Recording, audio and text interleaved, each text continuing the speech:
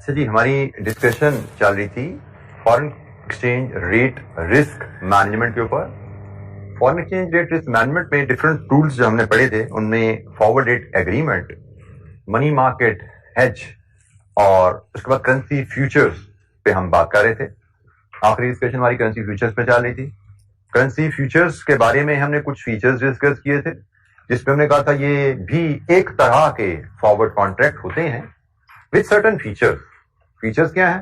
सिर्फ major international currencies में available होते हैं। फीचर्स क्या है? सिर्फ स्टैंडर्ड कॉन्ट्रैक्ट साइज के मल्टीपल में बाइंग सेलिंग का राइट मिलता है। और सबसे अहम फीचर नॉन डिलीवरेबल कॉन्ट्रैक्ट होते हैं। फिर इसका मैकेनिज्म हमने समझा था थोड़ा सा इस एग्जाम्पल के थ्रू, जिसमें हमने कुछ वर्किंग की। मैं एग्जाम्पल फिर वॉक थ्रू कर देता हूं एक दफा, क्योंकि थोड़े दिनों के बाद मिले हैं। हमने इसकी रिवीजन एक्टिविटीज भी करनी है। फ्यूचर का जैसे मैंने कहा कि हमें मॉडल पेपर में भी क्वेश्चन मिलता है, तो 2 क्वेश्चन हमें जो आए हैं मॉडल पेपर में और स्प्रिंग 22 में, दोनों फॉरेन एक्सचेंज रिस्क मैनेजमेंट से हैं। स्प्रिंग 22 में it is from FRA and money market और मॉडल पेपर में it is from currency futures.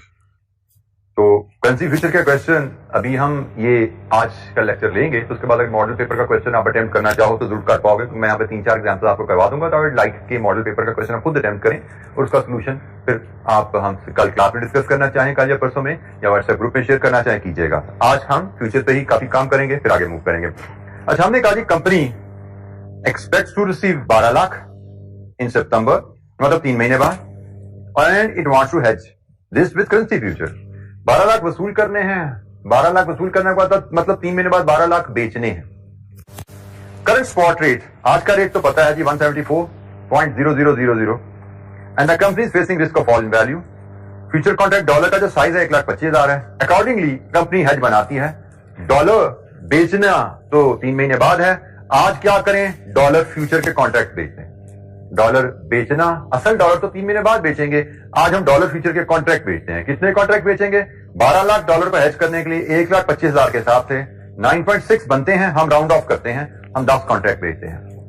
Let's assume हमें सितंबर में जो कॉन्ट्रैक्ट की प्राइस मिली वो 172.2350 है।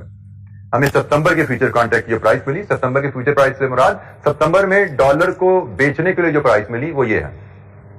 हमने 10 कॉन्ट्रैक्ट इस प्राइस के ले लिए। इसके बाद हमने सितंबर का वेट किया। लेट्स अज्यूम सितंबर में डॉलर स्ट्रांग हो गया।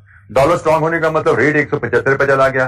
अब क्या होगा? ये कहानी आपसे शेयर हुई थी कि हमने बैंक से एग्रीमेंट किया था, हम आपको 172 में डॉलर बेचेंगे।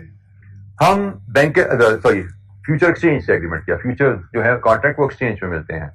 हमने उनसे एग्रीमेंट किया था हम 172 में आपको डॉलर बेचेंगे। जब डॉलर बेचने का टाइम आया, हम एक्सचेंज के पास गए, उसने कहा जी हम तो डॉलर फीस देते ही नहीं है, नॉन डिलीवरेबल है। फिर ये एग्रीमेंट हमने जरूर किया था बट हम खरीदते कोई नहीं है।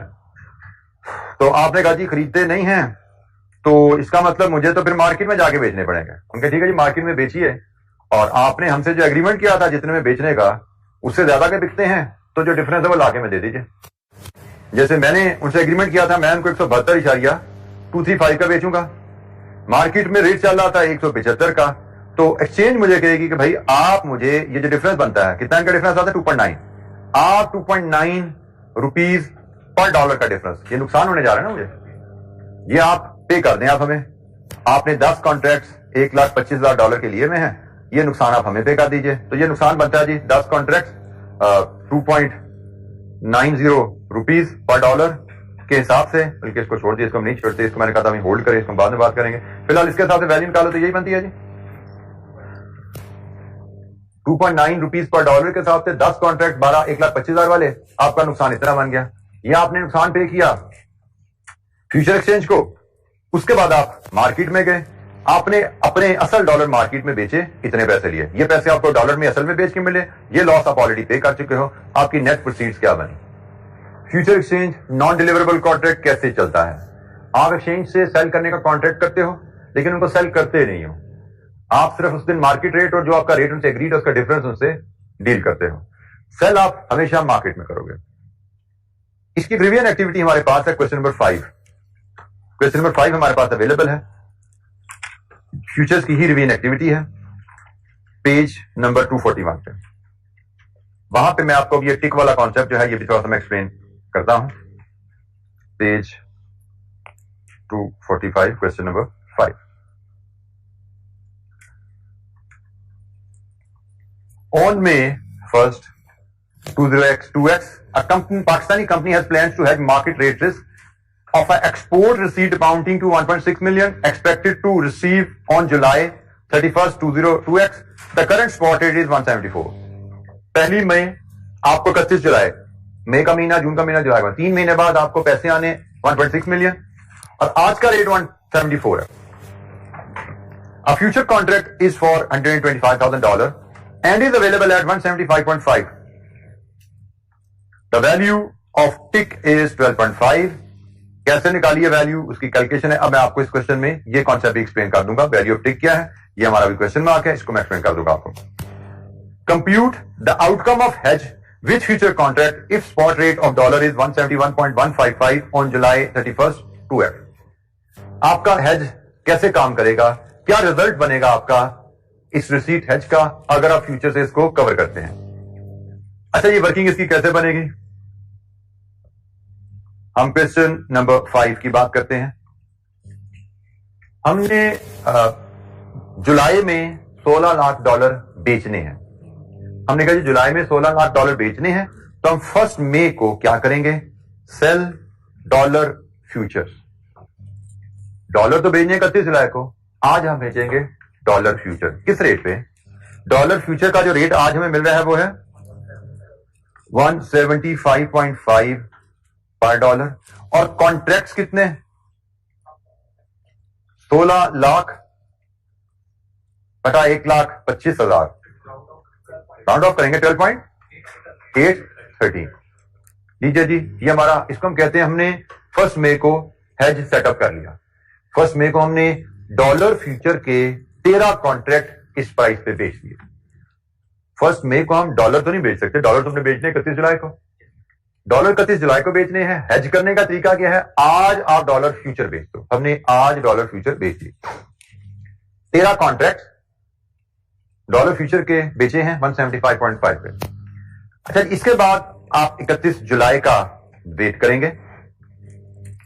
31 जुलाई को आपने देखना है कि भाई अब मार्केट में डॉलर का रेट क्या चल रहा है, 171.155. हम फ्यूचर एक्सचेंज में जाएंगे, उनसे कहेंगे जी हमने ये 13 कॉन्ट्रैक्ट डॉलर फ्यूचर आपको बेचे हुए हैं, तो हमें इनके अगेंस्ट पैसे चाहिए. तो कहते जी पैसे तो हम नहीं देते, हम तो डॉलर खरीदते ही नहीं है. आपने एग्रीमेंट हमसे किया डॉलर बेचने का, हम तो डॉलर नहीं खरीदते, तो आप ऐसा करें जो मार्केट रेट से डिफरेंस है वो हमसे सेटल कर लो.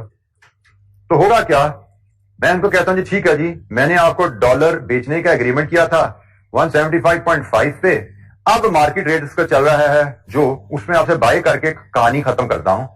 बाय डॉलर रेट क्या चल रहा है, 171.1550, जिसको भी हम 40 पे ले जाते हैं, 4 डेसिमल पे ले जाते हैं. तो मैंने यार जी, मैंने आपको डॉलर बेचने का एग्रीमेंट किया था, मैंने आपको डॉलर देने थे और आप अब मुझसे डॉलर ले नहीं रहे, तो मुझे मार्केट में जाके बेचने पड़ेंगे. ऐसा ही है ना, मैंने आपको बेचने थे 175.5 पे, मार्केट में मुझे बेचने पड़ने 171.15 के. तो ये जो फर्क है ये अब आप मुझे दे दो. ऐसे ही होगा ना, मैंने एग्रीमेंट किया था मैं एक्सचेंज को बेचूंगा 175.15 पे, और एक्सचेंज, इसको चले हम एक और अंदाज से देखते हैं, इसको एक और अंदाज से भी देखते हैं.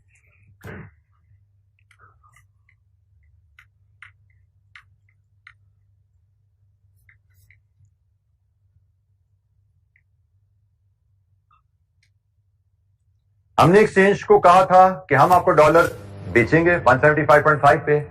एक्सचेंज ने कहा जी मैं डिलीवरेबल कॉन्ट्रैक्ट नहीं करता, मेरा कॉन्ट्रैक्ट नॉन डिलीवरेबल है, आप मुझे डॉलर दें but I don't want to receive it. तो हम ऐसा करते हैं कि आप मुझे, हम अज्यूम करते हैं आपने मुझे डॉलर बेचे और साथ ही मुझसे खरीदे, क्योंकि मैंने डॉलर लेने नहीं आपसे, आप मुझे डॉलर बेचे जिस रेट का एग्रीमेंट है और साथ ही मुझसे डॉलर खरीद लें आप, ताकि डॉलर आपके पास है, क्योंकि हमारे एग्रीमेंट तो नॉन डिलीवरेबल होते हैं. तो फिर हमने कहा अच्छा ठीक है जी, मैंने आपको डॉलर इस रेट पे बेचे हैं, आज का रेट तो इतना है, मैं इस रेट पे खरीद लूंगा आपसे. मैं एक्सचेंज के पास गया, मैंने कहा जी मैंने आपको इस रेट पे डॉलर बेचने का एग्रीमेंट किया, ये पकड़े जी डॉलर. उन्होंने कहा जी तो जी हम डॉलर लेते नहीं है, आप ऐसा करो डॉलर मुझसे आप वापस ले लो. तो क्या रेट चल रहा है, किस पे खरीदोगे मुझसे, एक्सचेंज करेगी, हम कहेंगे जी मार्केट रेट इस पे खरीद लेते हैं आप यहाँ। उसके ठीक है जी आप मुझसे 171 में खरीद लो, मैंने आपसे 175 में लिया और मैंने आपको 171 में वापस भेज दिया, डिफरेंस क्या बना, मुझे मुनाफा हुआ, मुझे हुआ प्रॉफिट। तो कितना प्रॉफिट है, 4.3450, 4 डेसिमल प्लेस को ले जाओ। तो ये जनाब मुझे हुआ फायदा, और ये फायदा है रुपीस पर डॉलर का। मेरा टोटल फायदा कितना हुआ, मेरा टोटल फायदा होगा 4.345 रुपीस पर डॉलर, और मेरे पास हैं 13 कॉन्ट्रैक्ट $1,25,000 के। ये तो पर डॉलर फायदा ना, तो मेरे पास तो इतने डॉलर के कॉन्ट्रैक्ट है, तो मेरा टोटल फायदा कितना हुआ 706,062। लीजिए जी ये मेरा फायदा हो गया। अब मेरा एक्सचेंज से लेन देन खत्म हो गया, मैंने इनको डॉलर इस रेट पे बेचना था, मैंने उनसे डॉलर इस रेट पे खरीद लिया, कहानी खत्म हो गई उनकी। अब डॉलर तो मेरे पास ही है ना, कितना डॉलर मेरे पास है 1.6 मिलियन। अब यहां पे ख्याल रखना है मेरे पास डॉलर ये वाला नहीं है, ये तो सिर्फ हवाई ट्रांजेक्शन हुई है, ये तो सिर्फ किताबों में मैंने उनको बेचा इस रेट पे, किताबों में उनसे मैंने खरीद लिया। असल में मेरे पास डॉलर कितने हैं जो 1.6 मिलियन मुझे कस्टमर ने दिया है। तो जनाब ये कहानी जब खत्म हो जाती है तो मैं कहूंगा जी sell actual dollar 1.6 million at 1.71550। कितने रुपए बने ये, सॉरी 171, 1.7 लिख दिया, 171.551550। बेटा ये फिगर मैंने गलती लिख दी थी, ठीक कितना बना 273.848 मिलियन। और इसमें ये मेरा मुनाफा है, इसमें भी ऐड कर देता हूं मैं, ये भी मुझे पैसे मिले हैं, ऊपर भी मुनाफा है मुझे, add profit from future market, future exchange 7.061। लीजिए जी टोटल प्रोसीड्स कितनी बन गई 280.919 बेटा 3 डेसिमल पे तो सब कुछ 3 डेसिमल चलाए चलो ना 909। जब 3 डेसिमल का लिख दिया तो सब कुछ 3 पे लेकर चलते रहो, 2 पे लिखा था तो ऊपर से 2 पे लिखते, नीचे भी 2 पे लाते, बी कंसिस्टेंट विद रिप्रेजेंटेशन। लीजिए जी हमारी कहानी खत्म हुई, ये हमारी फ्यूचर की ट्रांजेक्शन क्लोज हुई। हमने 1 मई को एग्रीमेंट किया फ्यूचर एक्सचेंज से कि हम आपको जुलाई में 13 कॉन्ट्रैक्ट डॉलर बेचना चाहते हैं इस प्राइस पे। जुलाई आया, डॉलर बेचने का टाइम आया, उन्होंने कहा जी हमारा तो नॉन डिलीवरेबल कॉन्ट्रैक्ट होते हैं, हम खरीदते नहीं है आपसे डॉलर, आपने जो बेच देने ना वही डॉलर मुझसे वापस बाय कर लो और जो फर्क है वो सेटल कर लो। हमने कहा जी ठीक है जी, हमने आपको बेचना तो इस रेट पे था, एग्रीमेंट था, मार्केट में आजकल रेट ना चल रहे हैं तो इस पे आपको बेचते हैं, इस पे खरीद देते हैं, तो इतना हमारा फायदा है, ये हमें दे दें आप।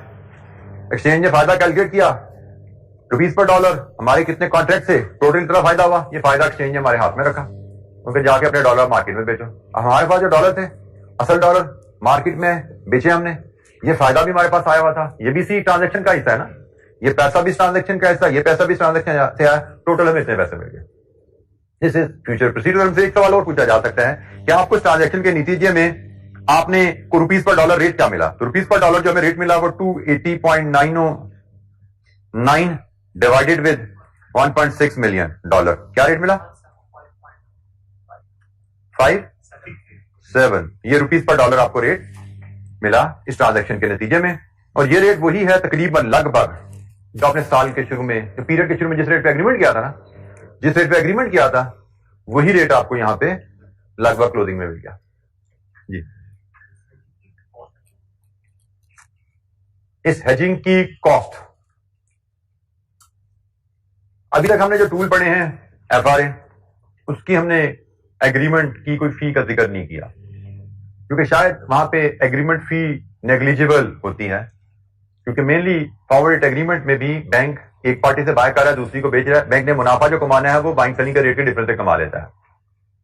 फिर हमने मनी मार्केट हेज पढ़ा, वहां पे भी हमने कोई कॉस्ट का जिक्र नहीं किया, वहां पे भी शायद कोई ना कोई कॉस्ट इन्वॉल्व हो, बैंक की प्रोसेसिंग फी कुछ होगी, बट दैट इज नेग्लिजिबल, हमने उसको भी अपनी डिस्कशन में इन्वॉल्व नहीं किया।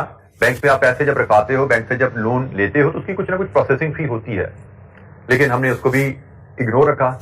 नॉर्मली एफआरए मनी मार्केट में ये दोनों कॉस्ट नेग्लिजिबल होती हैं, इग्नोर कर दी जाती हैं, इवन सीफैप में भी इन्वॉल्व नहीं होती। इसी तरह जब हम फ्यूचर्स में आते हैं तो फ्यूचर्स में भी there are certain cost involve, but from our scope point of view वो नेग्लिजिबल है, मतलब और हमें वो टेस्ट नहीं की जाती। कॉस्ट है यहाँ पे there are at least 2 cost which I can think of जो इस प्रोसेसिंग में फ्यूचर हेज में इन्वॉल्व होती हैं, लेकिन हमारे स्कोप में उनकी डिस्कशन नहीं है। CFA 4 में जाते हैं तो वो दोनों कॉस्ट हमारी डिस्कशन में आ जाती हैं। तो करेंसी फ्यूचर हेजिंग में there is some administrative cost involve और which is not that negligible. जितना FRA और मनी मार्केट है थोड़ी सी साइजेबल होती है। मतलब वहां पे अगर से 100 के पीछे 2 पैसे हैं, यहाँ 100 के पीछे में भी 5 या 7 पैसे है कॉस्ट, बट स्टिल हम उसको यहाँ पे हमारे स्कोप में उसकी डिस्कशन नहीं है। ठीक है, उसकी डिस्कशन आपके पास आएगी CFA 4 में। जी, फ्यूचर हेज। अच्छा, एक छोटी सी ट्रांजैक्शन मैं बनाता हूं क्योंकि अभी तक हमने ना 2 एग्जांपल यहां देखी हैं फ्यूचर की, दोनों ही रिसीवेबल की थी, दोनों ही रिसीवेबल की थी। और इवन आप जो मॉडल पेपर का क्वेश्चन देखोगे वो भी रिसीवेबल के ऊपर है।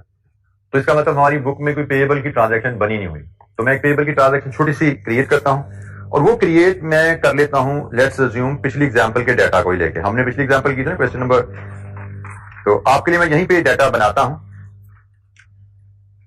लेट्स अज्यूम एग्जांपल है फॉरेन करेंसी फ्यूचर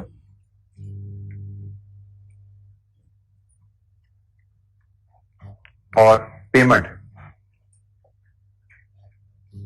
हम कहती हैं पाकिस्तानी कंपनी है, $2.5 million payment due in December. Current dollar future price, current December dollar future price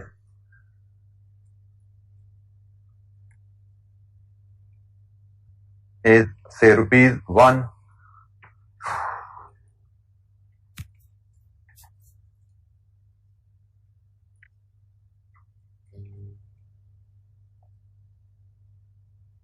172.2350 per dollar. Current spot is rupees 174.0000 per dollar. फिर हमें एक बताया जाता है जी जब पेमेंट आई इन दिसंबर,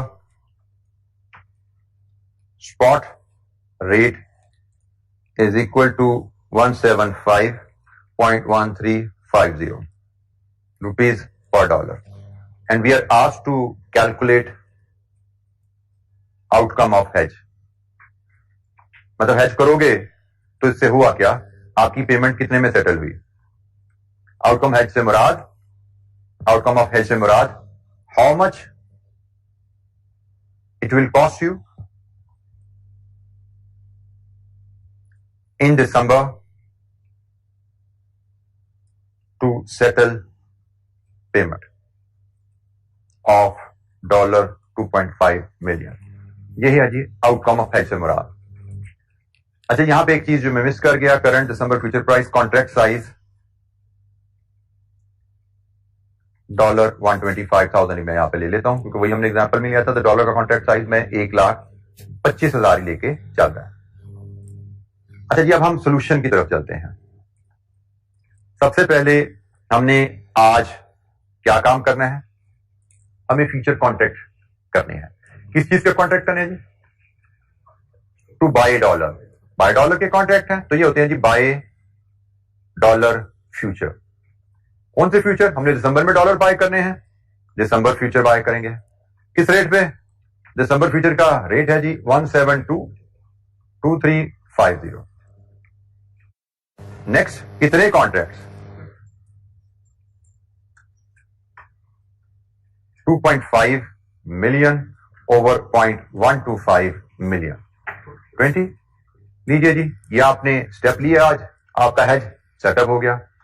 आपने कहा जी हम फ्यूचर एक्सचेंज से दिसंबर में इस रेट पे 20 कॉन्ट्रैक्ट डॉलर बाय करेंगे, ये एग्रीमेंट हो गया।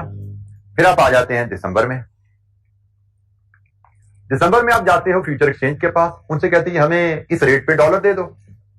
वो कहते हैं जी हम तो डॉलर नहीं देते, we are non deliverable market. हमने कहा जी आप डॉलर देते नहीं हो, तुम्हारा तो एग्रीमेंट है। वो कहता है जी जो डॉलर मैंने आपको बेचने थे ना, आपने मुझे खरीदने थे, मुझे वापस भेज दो। हमने आपको डॉलर देने नहीं है, लेकिन जो मैंने डॉलर आपको देने थे वो मार्केट रेट में मुझे वापस भेज दो, जो फर्क है मेरे साथ मोकलो।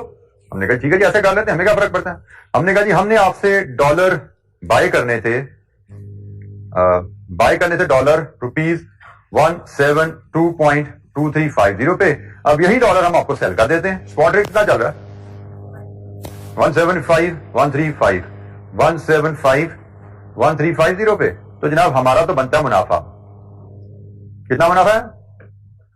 2.9000 रुपीज पर डॉलर। हमने कहा जी हमारा तो इतना मुनाफा बनता है, तो फिर हमारा ये तो रुपीज पर डॉलर मुनाफा है, टोटल मुनाफा बन जाएगा हमारा rupees 2.9 into 20 contracts of $125 each. कितना मुनाफा टोटल बना? 7.25 मिलियन रुपीज। हमने कहा ये मुनाफा हमारे वाले को, खत्म हुई हमारी लेन देन आपसे। ऐसा ही है, या तो हमें डॉलर दे देते इस रेट पे, नहीं दे रहे तो भाई मार्केट रेट के हिसाब से अज्यूम किया, दिए और ले लिए वापस, तो जो फर्क है वो हमें फायदा हमारा बनता दे दोगे, हमें गेन मिल गया। इसके बाद हमने कहा जी अच्छा जी ये फ्यूचर मार्केट से कहानी खत्म हुई, अब पेमेंट तो करनी है ना सप्लायर को अपने, तो हम क्या करेंगे? Buy dollar 2.5 million from market, और मार्केट में रेट चल रहा है जी 175.130 कितने पैसे जी रुपीज इन मिलियन में? 437.84। हमें मार्केट में इतनी पेमेंट करनी पड़ेगी, एग्रीड? ये हमें मार्केट में पैसे देने हैं और ये हमारा मुनाफा आएगा। This should lower our cost. Profit less कर दो, फ्यूचर कॉन्ट्रैक्ट पे जो मुनाफा हुआ ना वो यहां पे लेस कर दो, कितना है जी? 0.59। ये है जी हमारी कॉस्ट। हमें जो टोटल कॉस्ट पड़ी वो 430.59 है, और इसका अगर एक्सचेंज रेट भी निकालना चाहो, एक्सचेंज रेट जो हमें पड़ा है वो है 430.59 ओवर 2.5 मिलियन, 172.2326। ये लगभग वही रेट नहीं बन गया जिस पे हमने एफआरए किया था, लगभग वही रेट बन गया जिस पे हमने एफआरए किया था। तो it is a kind of forward agreement. Forward agreement में रेट ही लॉक होता है, तो यहां पे भी रेट हमारा जो हमने लॉक किया था एग्रीमेंट के तहत, हम तकरीबन वहीं पे ही खत्म हुआ ना। बट फर्क क्या है? Non deliverable. खरीदे डॉलर हमने मार्केट से हैं, लेकिन मैकेनिज्म ऐसा बना हुआ है कि हमें कॉस्ट उतनी पड़ी है लगभग जिसमें हमारा एग्रीमेंट हुआ है। थोड़ा सा फर्क आ जाता है। एफआरए में तो डॉट वही होता है ना, जो एग्रीमेंट है उसी पे ट्रांजेक्शन है। इसमें थोड़ा सा फर्क आ जाता है, जो हम माइनस है यहाँ पे देखो 235 था, ये 236 है। तो ये ट्रांजेक्शन मैंने पेमेंट की बना के आपसे डिस्कस कर ली। दो हमने करेंसी फ्यूचर के हेज डिस्कस किए हैं रसीद के, एक मैंने आपसे फॉरेन करेंसी पेमेंट का भी हेज डिस्कस कर लिया, बिल्कुल उन्हीं लाइंस पे जैसे हमने रिसीट्स के डिस्कस किए थे। अब आप मॉडल पेपर का जो क्वेश्चन है उसको अटेम्प्ट कर सकते हैं, वो भी रिसीट का है, सेम डिटो इन्हीं लाइंस पे। शायद आपको पढ़ने में लगे शायद कॉपी पेस्ट हुए में, सिर्फ वैल्यूज बदली हुई है। मॉडल पेपर का क्वेश्चन आप अटेंड कर सकते हैं, वो रिसीट का क्वेश्चन है, इसी बुक के एंड पे अवेलेबल है। अच्छा, एक टर्म हमारी रहेगी, वो टिक टिक वाली बात रहेगी थी, तो उसको भी जरा कवर कर लें। वैसे तो जैसे मैंने कहा ना कि सीफैप पे तो हम लॉन्ग क्वेश्चन करते हैं, लॉन्ग क्वेश्चन में टिक की वैल्यू की जरूरत नहीं पड़ती, टिक की टर्म को समझने की जरूरत नहीं पड़ती। लेकिन आपका चूंकि आप एमएफए है और इसमें एमसीक्यू भी आ जाता है, तो एमसीक्यू में वो टिक का कोई एक आध नंबर का एमसीक्यू डाल सकता है, तो हमें इसको सीख लेना चाहिए क्या है।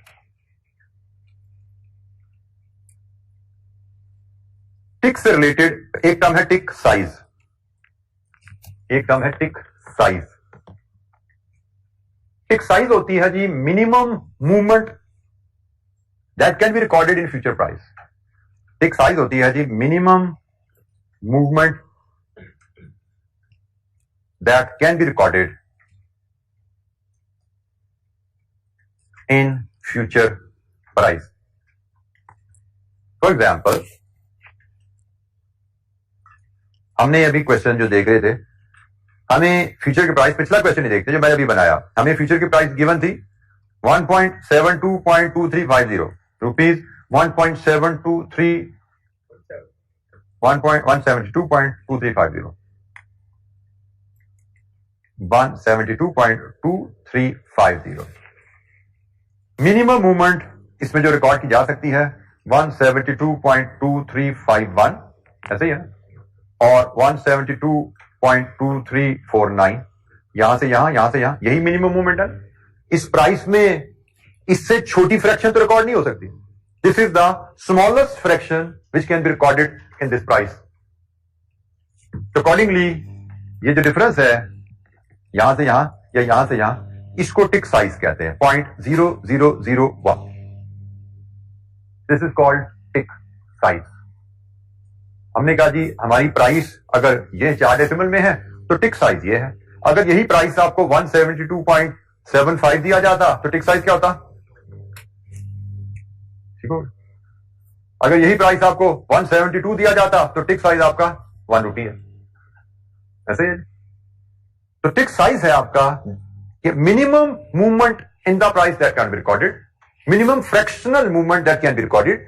4 डेसिमल तक प्राइस है तो this is a tick size. 2 decimal का प्राइस है तो ये टिक साइज है. विदाउट डेसिमल प्राइस है तो ये टिक साइज. तो टिक साइज क्या है? टिक साइज से आगे चलें तो हमने भी यहां पे निकाला था कि हमारा गेन है 2.9 रुपीज पर डॉलर. 2.9 रुपीज. अगर देखिएगा यहां पे 0.0001 ये टिक साइज है. इसको 1 टिक भी कहा जाता है. इसको 1 टिक भी कहा. This is tick size and this is 1 टिक. यहां से यहां तक जाते हो तो ये 29,000 टिक्स बन गए. 2.9 रुपीज का मतलब 29,000 टिक्स. 29,000 टिक्स मतलब 29,000 इंटू 0.0001 क्या आता है? 2.9. ऐसे ही है ना.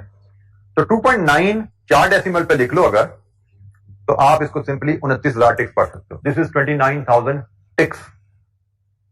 क्योंकि एक टिक है हमारे केस में 0.0001 और हमारा जो गेन आ रहा है वो 2.9 रुपीज है. 2.9 rupees can be read as 29,000 ticks. So tick size क्या है? जिसको हम 1 टिक भी कहेंगे, ये 1 टिक है. और हम गेन या लॉस को नंबर ऑफ टिक्स में भी मेजर कर सकते हैं. If this is 1 tick then 2.9 rupees is 29,000 ticks. If this is 1 tick, then 2.9 rupees is 29,000 ticks. 2.9 को इसे डिवाइड करो 29,000 ही आ रहा है. अगर ये 1 टिक है तो 2.9 का मतलब 29,000 टिक्स है.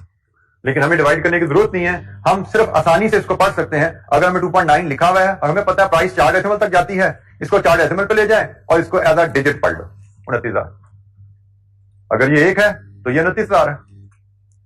ठीक हो गया. तो 4 डेसिमल पूरे करो और टिक को इग्नोर, डेसिमल को इग्नोर करके पढ़ लो. 2.9 रुपीज था. 4 डेसिमल पूरे करो, डेसिमल को इग्नोर करो 29,000. क्योंकि यहां पे डेसिमल को इग्नोर करो ना तो 1 टिक क्या है? 1 टिक 0.001 यानी this is 1 then 2.9 is 29,000. So tick size ये है जी. फिर एक वैल्यू ऑफ टिक का कॉन्सेप्ट भी होता है. एक टर्म है value of tick. Value of tick से मुराद होता है गेन और loss on one future contract, one foreign currency future contract, if price moves by 1 tick.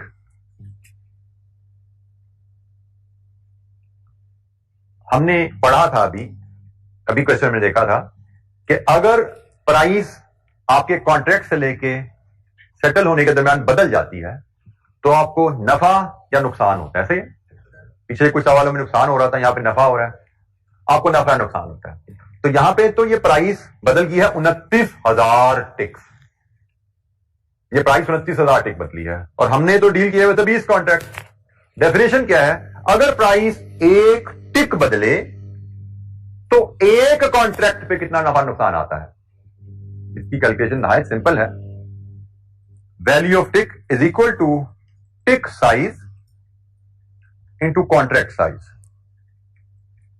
हमारे केस में टिक साइज 0.0001 रुपीज पर डॉलर है और कॉन्ट्रैक्ट साइज $1,25,000 है.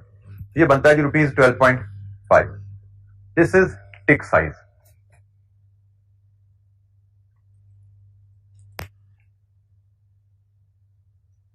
Value of tick, sorry, tick size into contract size. This is called value of tick. कि हमारा अगर $1,25,000 का कॉन्ट्रैक्ट है, उसकी प्राइस 1 टिक हिलेगी, मतलब रुपीज 0.001 पर डॉलर हिलेगी, तो $1,25,000 पे कितना नफा नुकसान आता है? प्राइस ऊपर जाए नीचे जाए, नफा नुकसान साफ होगा. और इस कैलकुलेशन की बेस पे हम total profit from above example, उसको रिवाइज कर सकते हैं। कैन बी डिटरमिन्ड कैसे? Profit in ticks into value of tick into number of contracts.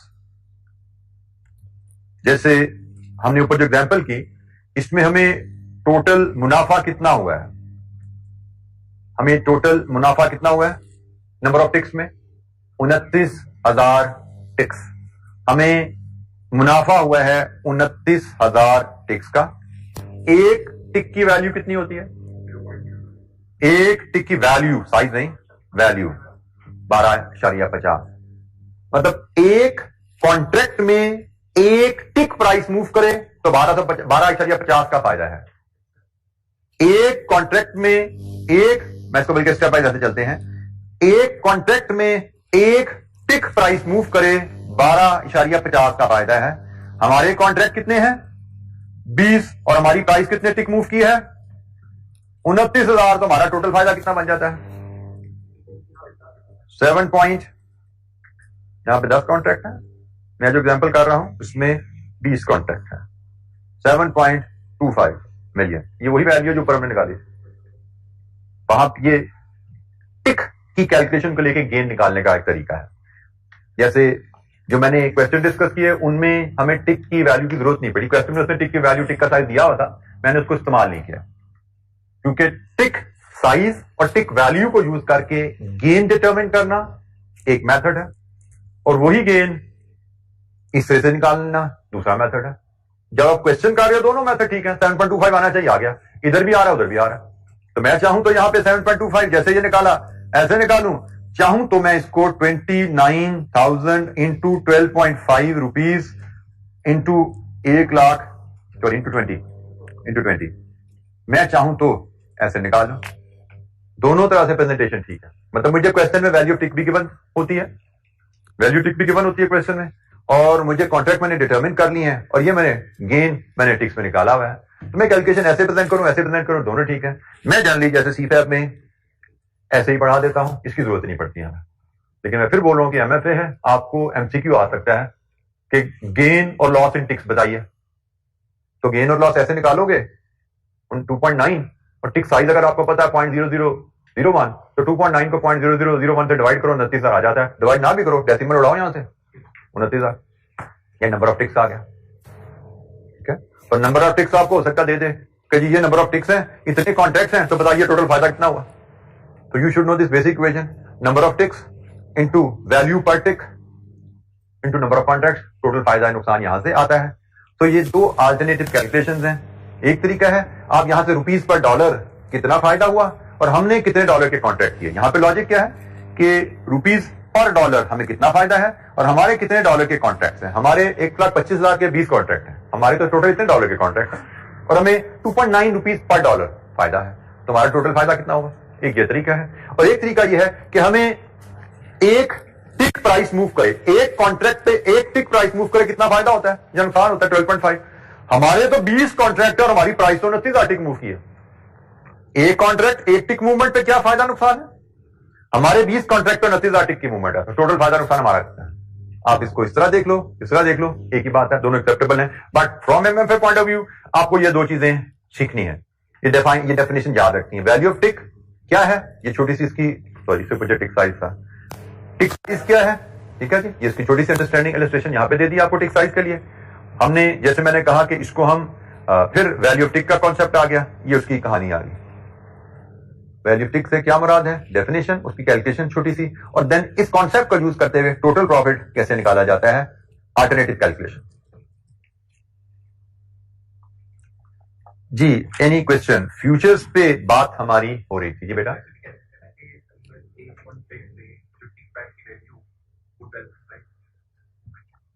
बेटा हम इसको ऐसे नहीं कहते, हम इसको ऐसे कहते हैं कि अगर मेरे पास एक कॉन्ट्रैक्ट है जो कि 1,25,000 डॉलर का है, और उस कॉन्ट्रैक्ट की प्राइस एक टिक मूव करेगी ऊपर नीचे, तो मुझे ₹12.50 का फायदा या नुकसान होगा। एक कॉन्ट्रैक्ट और प्राइस मूव कर दे एक टिक, तो मुझे ₹12.50 का नफा या नुकसान होगा। एक कॉन्ट्रैक्ट पे एक प्राइस टिक मूव करे, ये मैंने डिफाइन किया ना, गेन और loss on one future contract if price moves by one टिक।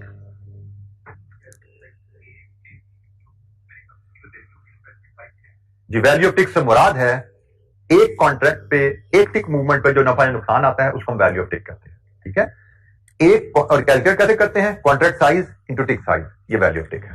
जैसे हमारे इस केस में ₹0.001 पर डॉलर ये टिक साइज है और कॉन्ट्रैक्ट साइज $1,25,000 है। $1,25,000 के कॉन्ट्रैक्ट पे इतनी प्राइस मूवमेंट होगी तो ₹12.50 का नफा या नुकसान होगा।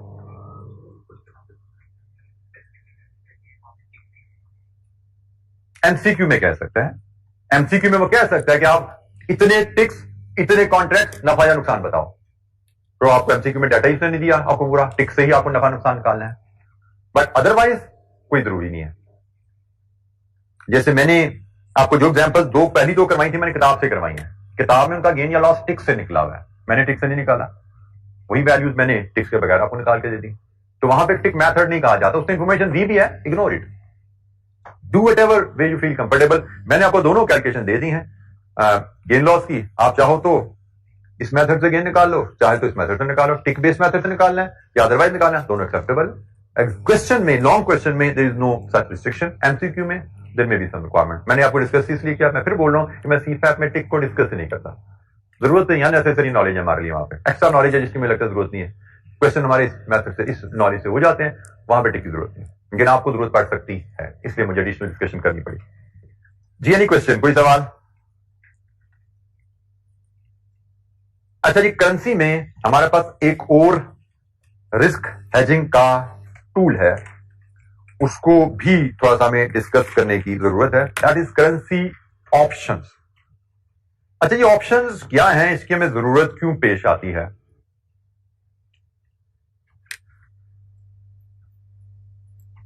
हमने अभी तक जो टूल पढ़े हैं ना, एफआरए हैं, मनी मार्केट हैं और फ्यूचर्स हैं, इन सब का फायदा एक जो हमने डिस्कस किया कि हमारा रेट जो है आज एग्रीमेंट करो परफेक्ट लॉक हो गया, ऐसा ही है। 3 महीने बाद डॉलर कितने का खरीदना है कितने का बेचना है, आज एग्रीमेंट करो परफेक्ट लॉक है। आज डिपॉजिट हेज बनाओ परफेक्ट लॉक है, ऐसा ही है। रेट ऊपर जाए नीचे जाए हमारी सेहत पे कोई असर नहीं पड़ेगा। आज फ्यूचर एग्रीमेंट ले लो, ऑलमोस्ट नियर परफेक्ट लॉक है, मार्जिनल फ्रैक्शनल सा डिफरेंस आ रहा था, हम देख रहे थे, लेकिन फ्यूचर हेज का एग्रीमेंट भी तकरीबन लॉक हो जाता है। ये जनाब इन तीनों टूल्स का बेनिफिट। हमने जब हेजिंग डिस्कस की थी, हमने कहा था भाई हेजिंग का मकसद ही टेंशन से आजादी लेना है, तो वो हम देख रहे हैं तीनों टूल्स हमें टेंशन से आजादी तो दे रहे हैं। अगर हम एग्रीमेंट कर लेते हैं तो हम रेट की फ्लक्चुएशन से, फ्यूचर में रेट की फ्लक्चुएशन के असरात से आजाद है। हमने एफआरए मनी मार्केट फ्यूचर का एग्रीमेंट आज कर लिया, हमने डॉलर 3 महीने बाद खरीदने या बेचने हैं, अब 3 महीने बाद रेट जहां मर्जी जाए हम उससे आजाद हैं। अच्छा, ये आजादी हमें बड़ी खुशी देती है अगर हमारा एग्रीड रेट, लेट्स से हमारी ट्रांजैक्शन है बाय डॉलर इन 3 मंथ्स, हम इसको हेज कर रहे हैं और हमारा एग्रीड रेट से आज के हिसाब से चले ₹230 है पर डॉलर, ये हमने एग्रीमेंट किया, फ्यूचर एफआरए से किया, मनी मार्केट से, फ्यूचर से किया, हमने एग्रीड रेट 230 लॉक किया है, डॉलर बाय करने हैं। हम बड़े खुश हैं अगर रुपीस पर dollar in 3 months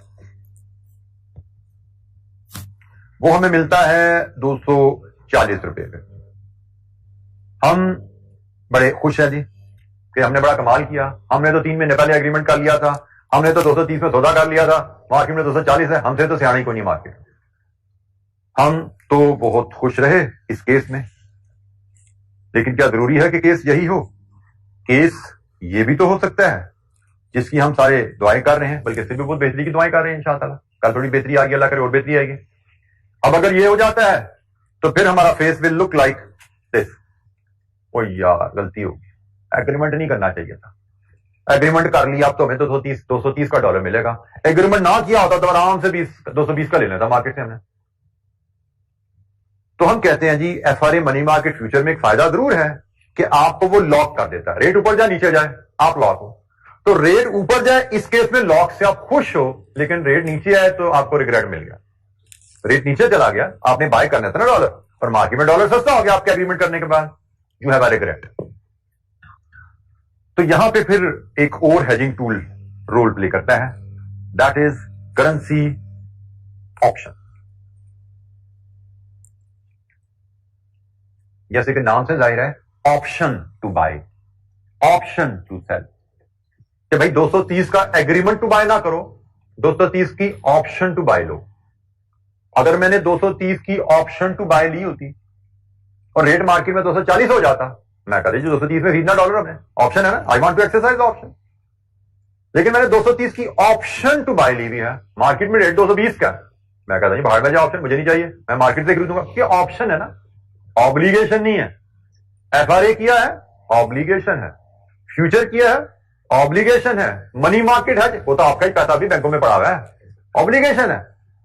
option to hedge, option to buy obligation नहीं है, ऑप्शन है। ऑप्शन टू सेल ऑब्लिगेशन नहीं, ऑप्शन है। दिल चाहे तो खरीद लेना, दिल चाहे तो ना खरीदना। तो जनाब, option gives holder right, not an obligation to buy. Option to buy के लिए टर्म यूज होती है कॉल ऑप्शन, और ऑप्शन टू सेल के लिए टर्म यूज होती है पुट ऑप्शन। मतलब आप कहो मैंने डॉलर पेमेंट करनी है 3 महीने बाद, मतलब आपने 3 महीने बाद डॉलर खरीदना है ना, तो you should buy call option on dollar. You want to have an option to buy dollar, buy call option. आप कहते हैं जी मैंने 3 महीने बाद मुझे कस्टमर से पाउंड में प्रोसीड्स आनी है, तो समझ 3 महीने बाद आपने पाउंड बेचने हैं, पाउंड बेचने का की ऑप्शन चाहिए, buy put option. So call option and put option, ये दो टर्म होती हैं बाय और सेल के लिए।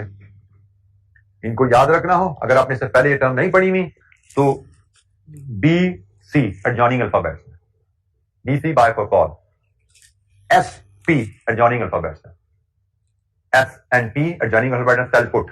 ठीक है, तो दो ऑप्शन होती है, कॉल ऑप्शन होती है, पुट ऑप्शन होती है। कॉल ऑप्शन मार्केट में बड़ी बिक, डॉलर खरीदना है या बेचना है, ये खरीदना है फिर कॉल ऑप्शन ले लो, बेचना है फिर पुट ऑप्शन ले लो। ठीक है, ये दो टर्म यूज होती हैं। करती क्या जी ये पुट ऑप्शन या call option? A currency option gives its holder right to buy or sell a quantity of one currency in exchange for another currency. Buying selling की ऑप्शन है on or before a specified date at a fixed rate of exchange, जिसको हम strike rate कहते हैं। इसको strike rate भी कहते हैं, इसको एक्सरसाइज प्राइस भी कहते हैं। स्ट्राइक प्राइस या एक्सरसाइज प्राइस, स्ट्राइक प्राइस या एक्सरसाइज प्राइस कहा जाता है। होता क्या है, हम ऑप्शन ले लेते हैं, फिर हम डेट का इंतजार करते हैं। जब ड्यू डेट आती है तो जिस कंपनी के पास ऑप्शन होती है वो देखती है भाई उसके पास स्ट्राइक प्राइस क्या है और मार्केट में स्पॉट रेट क्या चल रहा है। अगर उसके बाद फैसला करेगा, वो कंपनी फैसला करती है कि ऑप्शन एक्सरसाइज करनी है या नहीं करनी, ऑप्शन एक्सरसाइज करनी है या स्पॉट रेट पे डील करना है। जैसे मैंने छोटा सा आपको जो केस बना के दिया था कि जो हम डिस्कस कर रहे थे कि अगर मैंने 230 रुपए पे ऑप्शन ली है, मैंने एग्रीमेंट नहीं किया, मैंने ऑप्शन ली है, ऑप्शन टू बाय। ठीक है, ऑप्शन टू बाय ली है। अगर तो रेट मार्केट में 240 रुपए है तो मेरा डिसीजन है एक्सरसाइज ऑप्शन, और अगर मार्केट में रेट 220 रुपए है तो मैं कहूंगा बाय एट स्पॉट। ये बेसिकली ऑप्शन का ब्रीफ मैकेनिज्म है।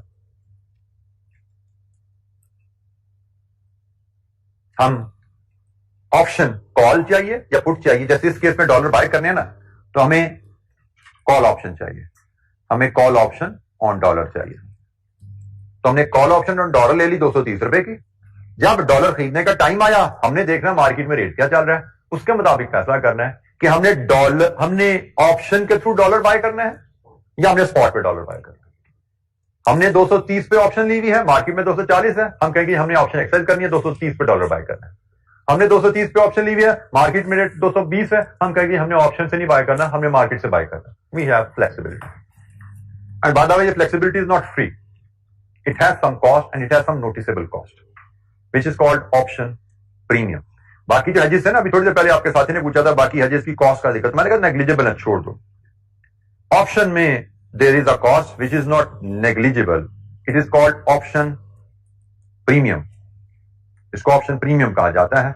तो मजीद बात करेंगे ऑप्शन के मैकेनिज्म के ऊपर, थोड़ी सी इसकी बड़ी माइनर सी कैलकुलेशन है, उसको भी देखेंगे। हाँ, ऑप्शन के बाद एक जुमला ध्यान में रख लीजिए, ऑप्शन जो है वो ओवर द काउंटर बैंक से भी ली जा सकती हैं और एक्सचेंज पे भी अवेलेबल होती हैं, लेकिन वो अलग बात है कि जो फ्यूचर ऑप्शन चेंजेस है वो पाकिस्तान में अवेलेबल नहीं है। मैं पहले भी बता चुका हूं आपसे।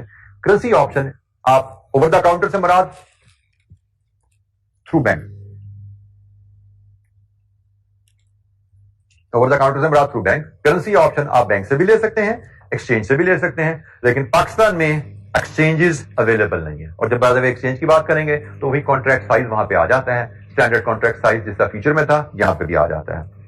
तो फिलहाल इतना ही थी। कल इंशाअल्लाह हम करेंसी फ्यूचर पे थोड़ी सी डिस्कशन है, मे भी 15-20 मिनट की वो करके हम नेक्स्ट जो हेजिंग का एरिया है इंटरेस्ट रेट रिस्क मैनेजमेंट, कल हम उस पर बात शुरू करेंगे, इंटरेस्ट रेट रिस्क मैनेजमेंट। अच्छा, एक छोटी सी बात मैं करना भूल गया। कल हमने मुझसे कुछ बच्चों ने व्हाट्सएप ग्रुप में ही शेयर किया कि they need some guidance and support on managerial area. अब उसमें लकीली इट्स अ कोइंसिडेंट कि we at rise were in the process of enhancing our managerial जो एरिया है एमएफए का, उसकी स्किल एनहेंसमेंट के लिए हम we are looking for some option and we were lucky enough कि हमने मेरे ख्याल में कल या परसों में ही एक बड़े सीनियर रिनाउंड टीचर हैं मैनेजमेंट के, जो मेरे साथ एसोसिएटेड रहे, तकरीबन 18-20 साल मेरे साथ चलते रहे, and he is very known figure in this area. Although physical market में वो अवेलेबल नहीं थे, ऑनलाइन में काफी अर्से पढ़ा रहे थे, but I was successful enough to convince him to join our team. Ashraf Rahman साहब वो हमारी ज्वाइन कर रहे हैं मैनेजरियल एरिया की टीम को, और ऑनवर्ड बैचेस में he will be partnering with me in MFA. और क्योंकि हमने परसों ही मेरी उनसे बात हुई और कल ही मुझे कुछ बच्चों ने रिक्वेस्ट की कि उनको थोड़ी सी एडिशनल सपोर्ट चाहिए, तो आई रिक्वेस्टेड हिम कि वो कुछ टाइम निकालें और आप लोगों के लिए मैनेजरियल एरिया के लिए कोई special revision and practice session plan करें। तो उन्होंने मुझसे प्लान कल शाम को शेयर कर लिया था, एंड हम उसको जरा चॉकआउट करके एग्री करके आप लोगों से शेयर करेंगे। It will be a very comprehensive plan in the given situation. Comprehensive plan, जैसे उन्होंने कहा कि तकरीबन he is planning around 10 hours session सिर्फ मैनेजरियल एरिया पे, जिसमें डिस्कशन भी होगी की एस्पेक्ट की, और एमसीक्यूज की टेक्निक और एग्जामिनर क्वेश्चन हैंडलिंग वो बात भी की जाएगी। तो 10 आवर सेशन होगा, और मेरा ख्याल है कि मैंने डिटेल शेड्यूल देखा नहीं, मैंने रात को भेजा, तो मे बी शायद 3 आवर्स अ डे इंटू 3 होगा या 2.5 आवर्स इंटू 4 होगा। तो probably it will be announced very soon and it will be executed towards the end of the next week. ठीक है, हमारा टारगेट तो है कि इस वीक में हम क्लासेस खत्म कर लेंगे इंशाअल्लाह। तो ये मुहर्रम की छुट्टियों के बाद इंशाअल्लाह हम उसका प्लान करेंगे, वो आपसे एक आध दिन में ही शेयर कर लिया जाएगा उसका प्लान। तो आई होप कि that will be very beneficial for you. वो इंशाअल्लाह फिजिकल भी आपको टाइम दे दिया जाएगा, फिर आप लोगों उसकी रिकॉर्डिंग भी एलएमएस पे अवेलेबल कर दी जाएगी, बल्कि यूट्यूब पे भी अवेलेबल कर दी जाएगी, ताकि तमाम बच्चों को उससे बेनिफिट कर सकें। तो आज के लिए इतना जी, थैंक यू वेरी मच, अस्सलाम वालेकुम।